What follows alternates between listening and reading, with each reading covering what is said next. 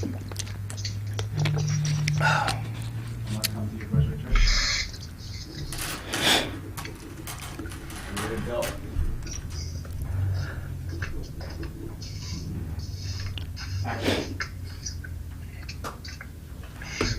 ahead. You're on.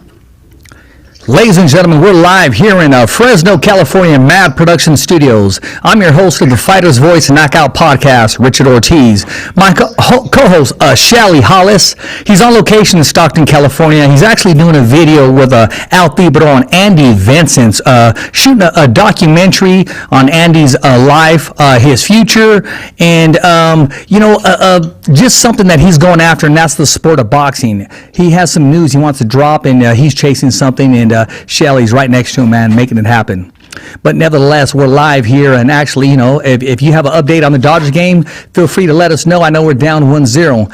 But nevertheless, enough said. I want to introduce tonight's guest. Ladies and gentlemen, the undefeated WBO International Junior Welterweight Champion of the world. Ladies and gentlemen, from Top Rank Boxing, Arnold Barboza Jr. Welcome to the show. Hey, what's up, man? How's it going? You tell me, my man, how you doing? Undefeated, man. You put on a war just 2 weeks ago. Yeah, man, I feel good. Body's, we have a nice amount recovered already, so we're back in the gym, just working light, and we're ready to go, man. See what's next. Well, I mean, when I first talked to you in LA, you were also on the undercard of Lomachenko, and the only thing that came out of your mouth and continues to come out of your mouth, man, and I respect it, I can appreciate it, is Jose Ramirez. You said you're even willing to come down to Fresno to make that happen. I don't really talk about it no more. I thought I was going to fight him after the Michael Alvarado fight, but it didn't happen, and I don't think it will happen. To be honest, I think that he has his plans already with Taylor, and then maybe the winner might vacate and move up. But if that happens, I'm willing to fight whoever's next in line, man. So I really don't talk about Ramirez anymore. But if it happens, man, I would love that fight. Okay, I mean that's respect. Well, then, say the winner of him and Josh Taylor move up, right? There'll be some vacated bouts out there. I can see a great matchup with you and even probably Regis Rigorou Pro Gray. How does that matchup sound? Yeah, man. I mean, look, I'm here to fight anybody. Anybody on the 140 division. That fight sounds really good. So let's see what happens, man. I'm excited. Once these belts get vacated and everyone starts fighting for them, I'm excited to see what happens. No, I agree, man. And I was listening to the commentating on that fight, and these commentators, they were like kids in a candy store. Timothy Bradley, Andre Ward, they were going back and forth. They enjoyed the action, and just go and slide that over here. They enjoyed the action, and back and forth, and you definitely, both you guys were in the fight and wanted to make it happen. And talk about a fight, because when that fight was announced, I said, look, that's going to be the sleeper. I said, because these guys, they match up very well. They're both hungry, and they want to make it happen. Talk to us about that fight, because it had like 3 stages to it. I mean, you were successful, your opponent was successful, and at the end, your hand was raised. Yeah, man. We could have fought the fight, a lot different. I could have boxed it and made it a different fight, but I was there to prove a point. I was there to prove to everybody, look, man, everybody I fight has the same game plan. It seems like, let's go on the inside, let's make him go back. He can't fight. He's not a brawler. He's just a boxer. Put pressure on him. But I made a point, man. I beat a brawler at his own game. And, I did take more punches that I wanted to take, but, it was part of the plan, man. I knew I was, and I was going to prove a point, man. And, the second half of the fight was easier. I started boxing more because my dad told me to. But at the beginning of the fight, man, I had to get my respect, and I felt like I did that. Oh, what you did, not only the respect from your opponent, but all the boxing fans right after that fight ended, man. I mean, you have a lot of people that tuned into it. They expected a war. They expected a great matchup, and they got more than what they bargained for. And, again, I want to thank the matchmakers at Top Rank for making that happen. Brad Goodman and, the rest of the Top Rank staff. They're really making good they're putting good opponents together and making it happen. They're not babysitting anybody. Yeah, man. Like right now, I feel like Top Rank's matching up. A lot of people. A lot of fighters, and almost like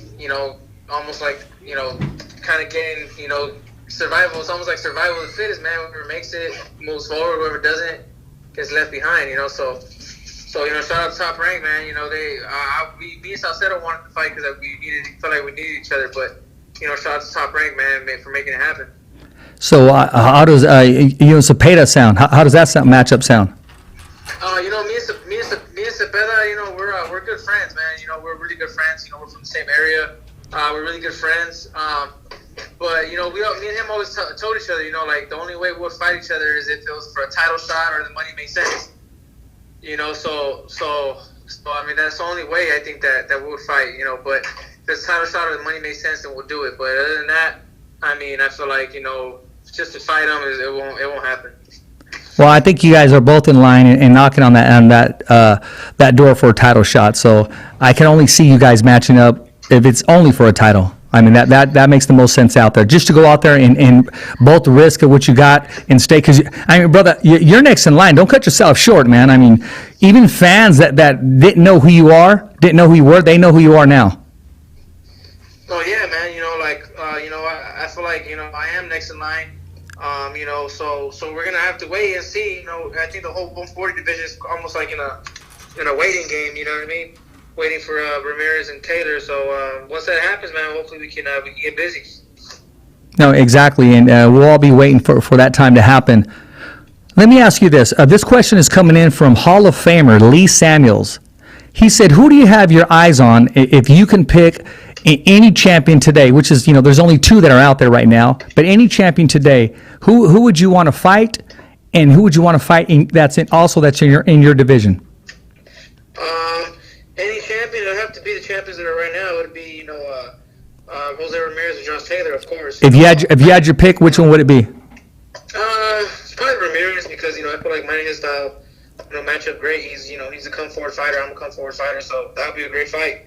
But either one, man, either one of those two would be good for me. Okay. Say that don't happen today. What fighter out there in the 140-pound division would you like to share the ring with? I don't know, man. I don't know. If he's not a champion, I really don't care. But I mean, if whoever gets me to that championship, man, that's what I want.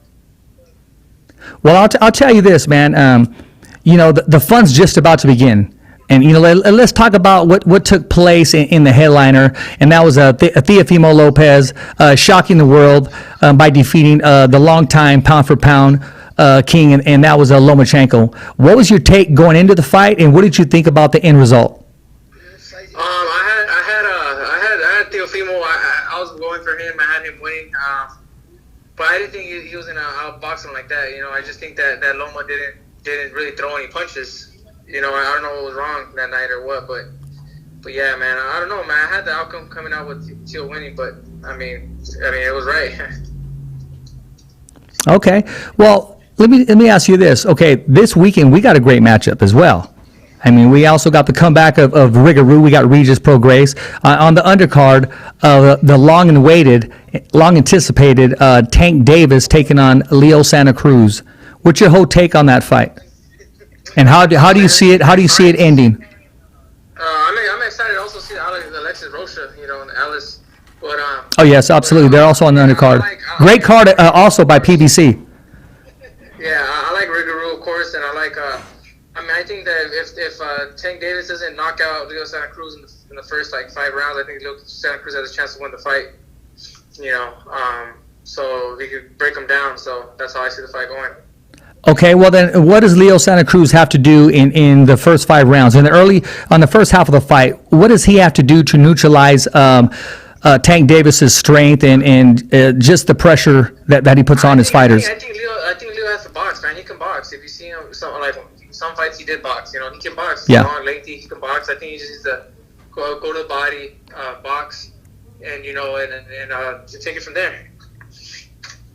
So if things don't go the way Tank Davis wants it to go in the early rounds, if you were in his corner, what would be the advice you would give him on the second half of the fight, if in fact it does go the second half of the fight? What give Tank? Yeah, you give Tank, because apparently whatever he did, because going in there, he's going to try to apply his pressure and get him out of there. I don't think he's planning to go the whole 12, but in fact, he doesn't get him out of there the first half of the fight. Now we're entering the second half of the fight. What advice would you give him? What would be the game plan in the second half of the fight for Tank Davis? Oh man, just keep putting the pressure. Keep trying to break him down. Just keep putting the pressure, keep breaking him down.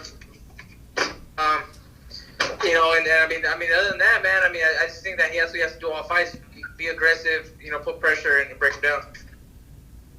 You know what? That makes sense. That's been the advice that I've been getting from a lot of people, and these are some of the experts that when I asked them that question, and they all seem to think Tank Davis early, Teofimo late.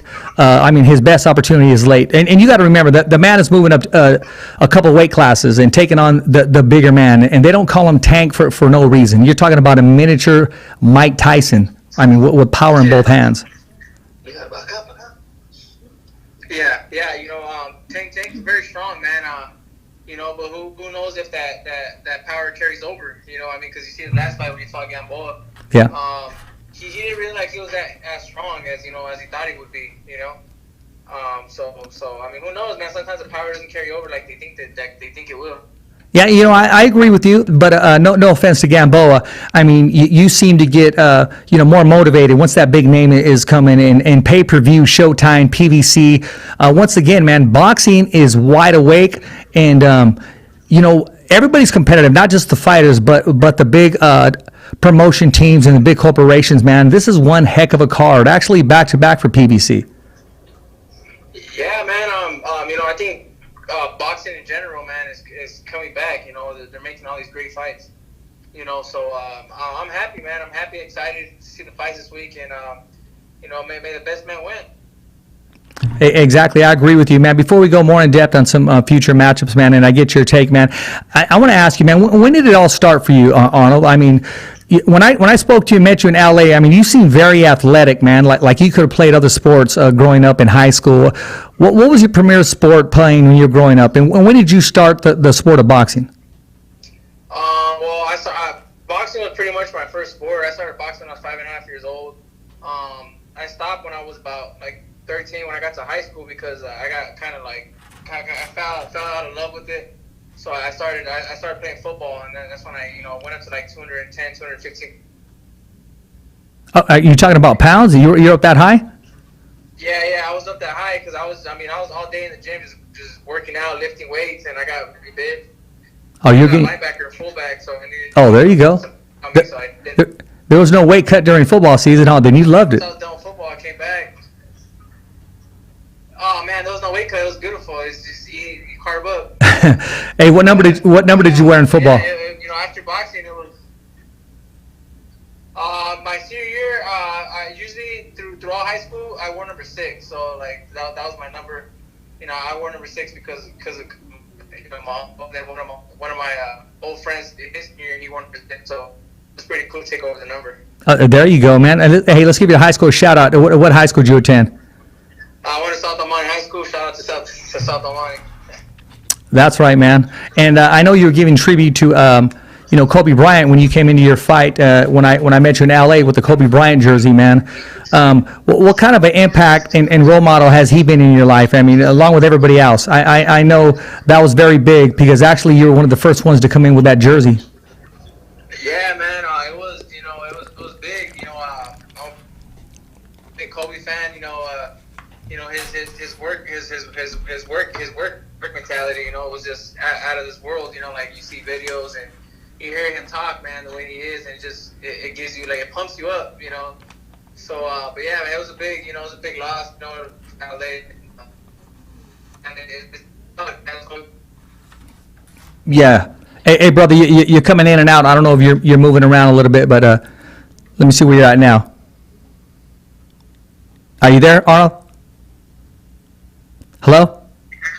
Yeah. Okay, yeah, I hope I didn't lose you because you just kind of went in and out for a little while. Hey, I got to ask you this, man. I know you're a big Dodger fan because I've seen you rocking the gear, man. We're long overdue. I know we're down 1 right now. I don't know if you have the TV right in front of you, man. Do you know what the score is right now? We can let everybody know where exactly we're at right now. Yeah, I was actually watching the game, and then when stepped out, but I'm on my way to a friend's house to watch the game. But yeah, big Dodger fan, man, and it gets frustrating, man. It's stressful. I'm right there with you, brother. We're long awaited, man. We just got to keep doing it until we get it right. Hopefully tonight's the night. Yeah, man. Hopefully, man. We need it. You know, I woke up and I was kind of under the weather today, man. And usually when I do that, I'll have our engineer, play a rerun or have my co-host take over. But it was a big interview.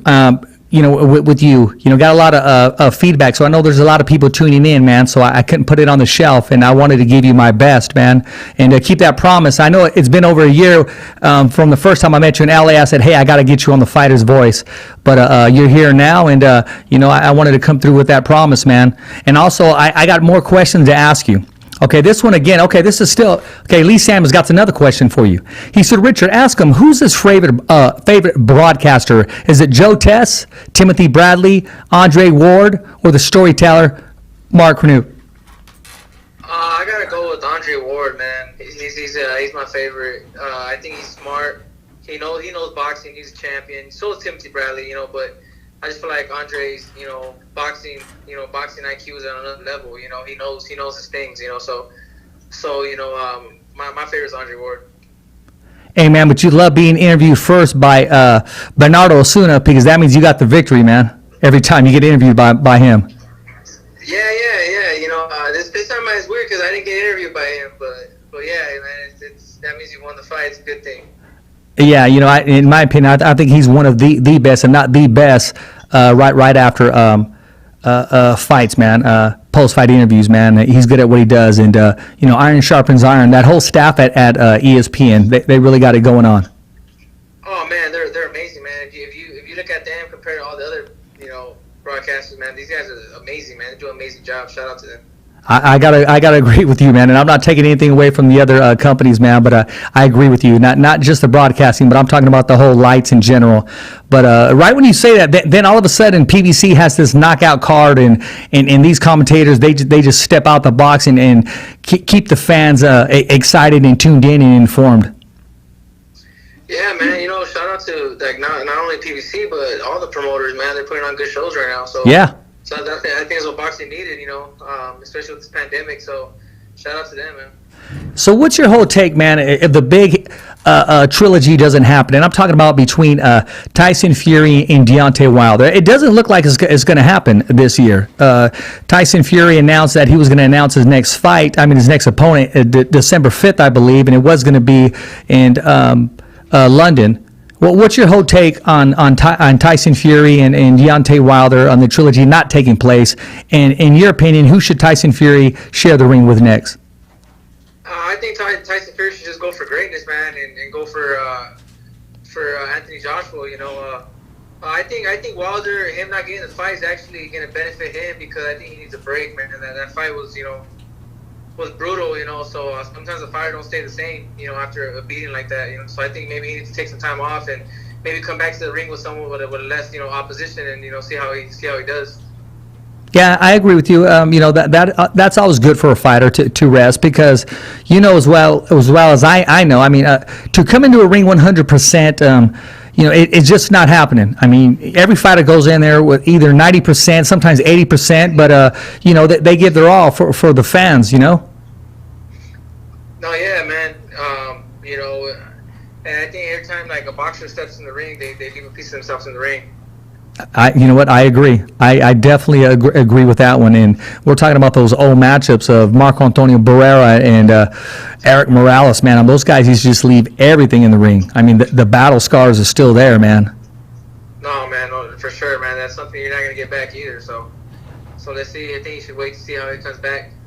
So I'm gonna put you on the hot seat, man. We all know that this fight is going to happen. It's just a matter of it being announced. And Top Rank, they like to do things accordingly. They don't like to oversell another fight when they got a fight ahead of themselves. And I believe Top Rank's next fight is actually this Saturday. They're announcing the Monster coming down all the way from I believe it's Japan, man, and that's going to be happening. And then Crawford's fight has also been announced. But once the fight date and the area is set, who's your take on Jose Ramirez and Josh Taylor? You know what? I'm leaning toward toward Ramirez on this one. You know, I think, you know, Ramirez didn't look as great his last fight, and I think that's only because, you know, he had like 3 cans that he had to go through, you know, and that takes Actually 3, yeah.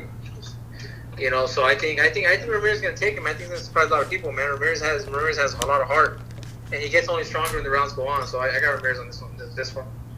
Do you think it will go the distance? You just got him by a stoppage, or? No, I think it'll go the distance. You know, because Taylor's tough, man. I mean, look, Taylor's tough. Bridges, man. It's a tough fight. So I think it'll go. The distance, but I think Ramirez will pull it out. Well, let's talk about the new lightweight king, and that's Teofimo Lopez, man. If you were his manager or his promoter, I'm gonna put you in the hot seat. What would be his next move? Who'd you have him matched up with next? Would you have him stay down at 135s? Actually junior lightweight 135s, or would you move up to 140s? What would be your plan for him if you had say so on his career on the next 3 fights? What would you do with him?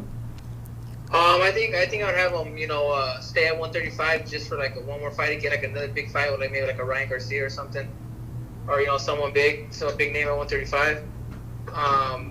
If not, then yeah, man, we'll move him up to 140 and test the waters there. You know, I know he wants to fight a big name right away, but I mean, like I said, you know, sometimes you don't know, you know, your power's gonna carry over or how does it feel, you know, so I'd be kind of a little cautious about going to 140.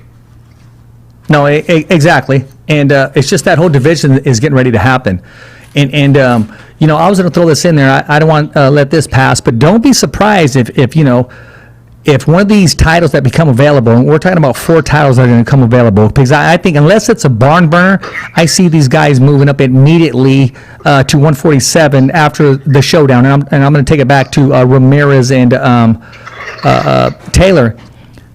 Don't be surprised if once they move up, if even Mikey Garcia is fighting for one of those vacated bouts at 140. No, yeah, I mean, I'm pretty sure, you know, maybe, you know, I wouldn't doubt it, but all I know is they better give me my shot.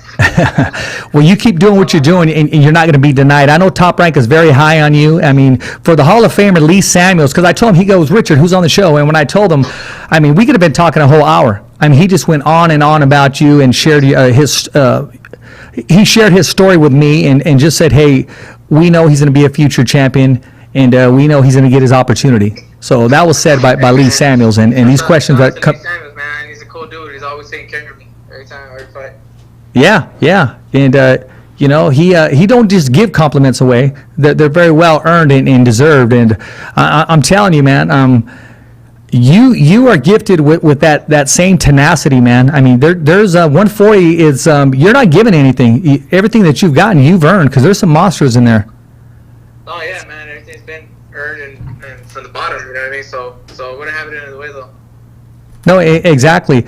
So how big of a impact and how well-rounded are you guys, both father and son? And I'm not talking about, you know, your relationship outside the ring. How is it working for you inside of the ring? I mean, this is a no-brainer, but this is a question that's coming in from a fan. Oh man, it's good, man. You know, well, we have a great relationship. You know, You know, and the gym is gym. You know, it's business. You know, and then you know, outside is it's you know, we don't really get too much into the gym stuff. You know what I mean? So my father's great, man. He's a great role model for me, and I'm happy. I noticed that the fans, when they were having fans, I mean, the fans just love you, man, and you love it. Right after the fight, you came and you were hands-on with the fans. You were taking pictures with them. It was kind of like a meet and greet, and they were feeding off you, and they just wanted to be a part of you, especially after your fight and you were successful. I mean, you're a fan. You have fans that follow you, man. You're a fan favorite. How does that make you feel? It feels good, man, because that's that's what I worked for. You know, that's what I trained for, and this is what I wanted, right? So it was great, man. It's great to be engaged with them, man. You have to. You know what I mean? I'm very grateful for it. You know, I don't work hard in the gym to not be. You know, so I'm very happy, very thankful. Where do you see yourself at in about 3 years? I see myself as a world champion, not only in the 140 division. You know, probably drop down to 135 or something like that. You know, who knows? But I definitely see myself a multi-weight champion. You know, you mentioned that before. Usually fighters talk about, hey, I'm going to move up or or I'm going to move up 2 weight classes. We've had that, Mikey Garcia, Lomachenko actually moved up 2 weight classes, but you're talking about moving down, and wherever you go, you're not avoiding anything because there's fire. There's fire at 135, 140s, and even 147. Oh yeah, for sure. I mean, there's competition in every weight, all weight classes. You know what I mean? So there's no weight classes that think's a breeze. You know what I mean? So we're just we're looking forward to it, man. We're looking forward to see whatever happens. If you had your choice right now, today, this minute, this question's coming in from a fan, and I think Lee Samuels already addressed it, but this is going to you, so you can answer it all over again. Who would you want to fight next? Your next fight? There has to be somebody for some whatever reason that you just say, you know what, I want to get in there with them. I mean, like I said, it'd have to be a champion, Jose Ramirez or Josh Taylor. Those two, those are my targets. You know what I mean? They're the champions at that level. Well, what if you're on the undercard of that fight? So you can't fight. I mean, you don't want to just put yourself on the shelf right now. If you were going to be on the undercard of that big fight, who would you want to fight? Honestly, whoever they see what they offer, man. I don't really have anybody specific that I want to fight. That I have a grudge against or something like that. No, man. I just, if they offer it, we'll take it. You know what I mean? So if it's a good fight, it's a great fight. Do you think that Manny Pacquiao and Mikey Garcia will ever be matched up? I don't know. That's a good one, man. But I mean, if they are, I'd like to see it. That'd be a good fight. I posted a video when you had said, hey, I'm willing to come down to Fresno and fight Jose Ramirez. And I tagged his manager, Rick Merigan, and he responded and said, hey, that is the great attitude. That's a great attitude to have. What's your reply to his comment? Oh, man, listen, Rick's a great manager, man. He's a great manager. He's going to be, I think, Hall of Fame one day, man. He does some great things for Ramirez. And it's, like I said, man, it's all respect between me, Rick, and Jose. We respect each other. And if that fight happens, it happens, man. If it doesn't, you know what? Honestly, it don't bother me as long as I get a title shot, man. That's good, man. So your focus is just not on one man. Your focus is on the belt. Yeah, that's it. So if you had your choice of the WBA, IBF, WBO, or the WBC, which bout would you like to fight for? All of them. Oh, you want them all? All of them. It don't matter which one to come first, man. I don't discriminate against any belts. I love them all. They all look nice wrapped around my waist. Can you see yourself wearing all 4 at one time to unify? Oh, of course. Of course, that's the goal. That's the first goal. And then after that, just go to another weight class. What drives you? What drives you to still have that hunger and still be successful at the highest level in the world? What drives you today? Family. Future for the family. That's the big motivation. I don't really care too much about fame and all that stuff. It's just more about securing a future for the family. If you didn't have this gift to box and to just have that monster inside of you, once that bell rings, what would you be doing besides boxing if you decided not to do boxing? If you were not a boxer, what would you be doing? What would you be interested in? I'd probably be in a warehouse or something, man. I don't know. It'd probably be like everyone else, just seeing, finding a job, and just surviving. So the sweet science, that's your ticket. That's your ticket to that next level of life, to being successful, of a house, a car, taking care of your loved ones, etc. Yeah, of course, man. I mean, that's the goal. That's the ticket. So I'm gonna ride the wheels till they fall off. That's for sure. And there you go. Every fighter that I spoke to, every fighter is different, and the way they're able to transform, so to speak, or adapt. How are you able to adapt to living life in the boxing bubble? How was that for you? What experience? How was that experience? You talking about like at the MGM? Yes, absolutely. Oh, it was cool, man. It wasn't, it didn't bother me at all. It was really good. I'm not really a social media person, and I'm not really like a like media workout type dude. So I noticed that, man. Hey, I don't mean to put you on blast. You got to check your social media. I tagged you. I don't know. I tagged you about 12 times. I even had a fighter hit me up and say, "Hey, Rich, when I was on the show, you didn't promote it that much," but he was giving me a hard time. No, yeah, my bad, man. I just don't really go on social media too much. I'm not really on it, man. That's the honest truth. I don't really go on it. I'm just enjoying the family right now, man. so the bubble was good, man. It was good to me. It was, I liked it. You just get there, relax, and you don't have to worry about too much. Well, you know what? Let's give a shout out to your gym and your whole team, man. Who are we talking about? Start off with my father, man, the main dude. The king. He's the boxing guru. So shout out to my pops, man, for training me into the fighter I am. Shout out to Don Chewy, who was my other coach, also my cut man. To his son, Jesus, who's like my strength and conditioning coach. And shout out to the Fundamentals gym, and to the La Puente boxing gym, man. Now that's your home gym. Is that the gym that you show up and work out at every day? I train at the Fundamentals gym, but I also, like on the off season, I train at the La Puente boxing gym, and then for the big fights, we go to Big Bear. Also, shout out to Abel. We go to Big Bear for a few weeks, train there. Okay, Abel Sanchez. Yes. I noticed you were there when Triple G was there. What was it like meeting him, and what advice did he give you, if he gave you at all? Oh man, to be honest, it wasn't. He didn't really give me no advice. We just trained next to each other and we worked hard next to each other, man. It wasn't really too much talking going on. Probably too much talking going on at the gym, at Abel's gym. So it was more hard work, man. Hard work and it was good, man. It was a good experience. What was the climate like? I mean, when you went outside to go do that road work, is it what everybody says it is? Very difficult to breathe, but it does help you during fight night. When I first got there, it was like a blizzard, man. It was cold. There was snow all over in the face. This last time it was beautiful weather. It was like 40 degrees in the morning and then 70 in the afternoon, so it was good. But the first time I went up there for camp, it was brutal, but this time it was good. Right on, man. Now, before I let you go, man, I just got to ask you one last thing. Listen, man.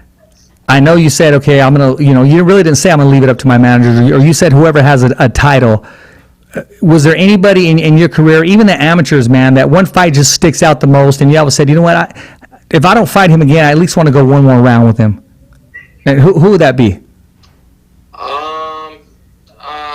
I think maybe it would have to be some guy that beat me in the amateurs at the Nationals. I forgot his last name. It was Hakeem something. I remember I had the USA Nationals, he beat me, and they announced me the winner. I got off the ring like 10, 15 minutes later. They called me back and said I lost, and it was a really bad thing, man. But I always said, like, man, if USA ever come back to meet me at be a pro and meet me at my weight class, I'll beat him. But he I guess he's like at 160 now or something like that. So it wouldn't happen. But yeah, I had to be that guy. How long ago was that? Oh, that was talking about like 2013 or 2012 before I became pro. I mean, my point is how things like that just stick in a fighter's head. They never forget that, because they know they don't just want to walk away from a loss knowing that they can do better or that they deserve that victory. Yeah, man.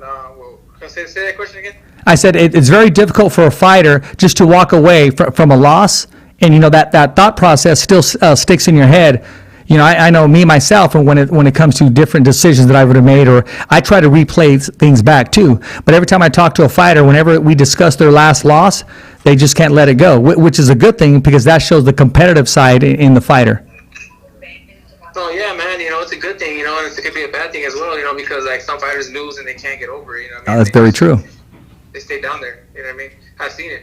But to me, man, a loss is a loss, man. You bounce back. You've seen a lot of champions that have losses, man. So for any fighter out there that has a loss, man, don't keep your head up, man. You just keep going. What advice do you have to give to an amateur who's getting ready to turn pro? Just to be patient. Be patient.